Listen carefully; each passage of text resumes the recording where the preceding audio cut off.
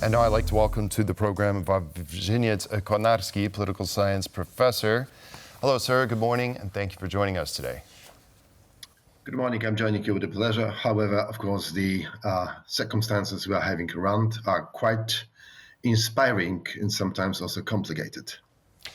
Indeed. Do you agree with Donald Tusk's words that these European elections are almost or as important as the elections of 1989 here in Poland? We have to do, first of all, of course, to make certain difference that politicians are always saying quite similar words. Mm-hmm. It's almost this also self-repeated story, which we can hear from the mouth. But in these special circumstances, the Prime Minister Tusk is right by saying that these elections especially are important because they have to be placed in a much wider context as far as the entire European integration process is concerned. Because European Union right now is in a certain time, I would say, a sort of the stagnation as far as the new ideas, new perceptions of this union is concerned, and also because of the quite strong mobilization of all of those forces within the European space, which we may call in a quite rigid way as a populistic or even strongly anti-European. They are not only Euroscepticals, but they are definitely Euro protesters or persons, politicians who are not in favor of this process continuity. Therefore, and from that point of view, these elections are important because if the European Parliament might be in completely new political shape, namely with the much more populistic-oriented leaders, then they might have some heavy consequences for the entire Union. And now, Tusk's rhetoric has been seen by some as means to mobilize the electorate, rolling support by invoking the existential threats posed by regional instability and potential spillover from the Ukraine conflict. So how significant are Donald Tusk's warnings about the potential for conflict spreading into the EU? Is it a genuine concern or rather a political strategy, to your mind? I think they are both, because from the one point of view, of course, we are witnessing this tragic conflict, which is rather unable to be finished. And because of the lack of the certain decisive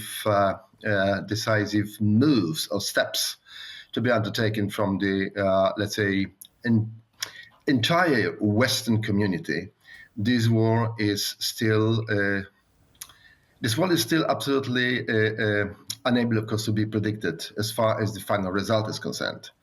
But I would say that if the political leader wants to mobilize not only his supporters, but much larger community to be closer to the idea of the United Europe and idea of the safe Europe, then he or she must be absolutely ready to make his or her appeal to this entire community, not only to the party supporters. And from this point of view, this manifestation, yesterday's manifestation, was much more oriented into the supporters of the civic coalition and not covered or included certain appeals to the much larger community to get a certain understanding from them.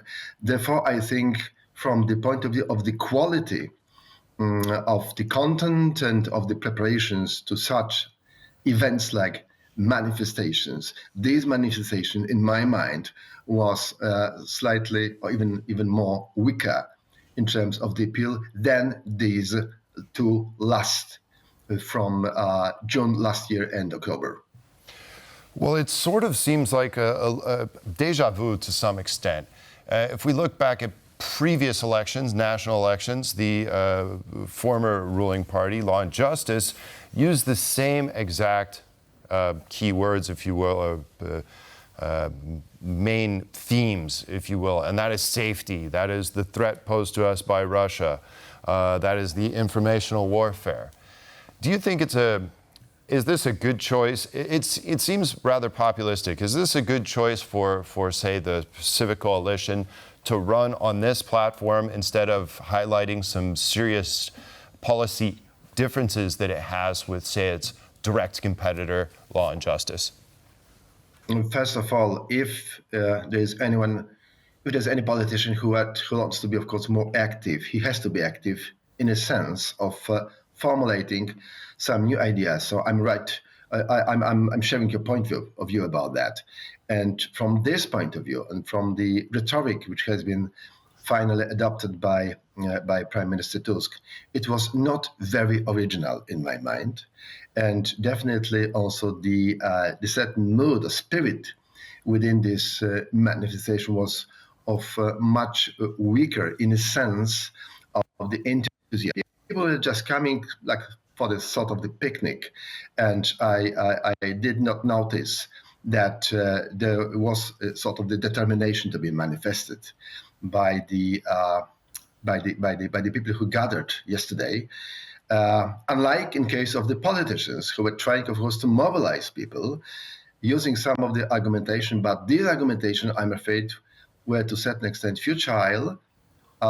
We can see, of course, it after the elections on Sunday, if they were futile or not. Mm-hmm. But on the other hand, I was not surprised in a positive way by this rhetoric. And I would say that it is again the old proverb which we know from politics, which was confirmed, which means that it's much easier, of course, to win the power. And if you begin to keep the power, of course, and make people convinced that you are a proper one, it is, of course, much more complicated process. And this has been, in my mind, shown yesterday. Right. Thank you so much, sir, for joining us and for your insights and showing us now the vibrance of political landscape in Poland. Thank you, too.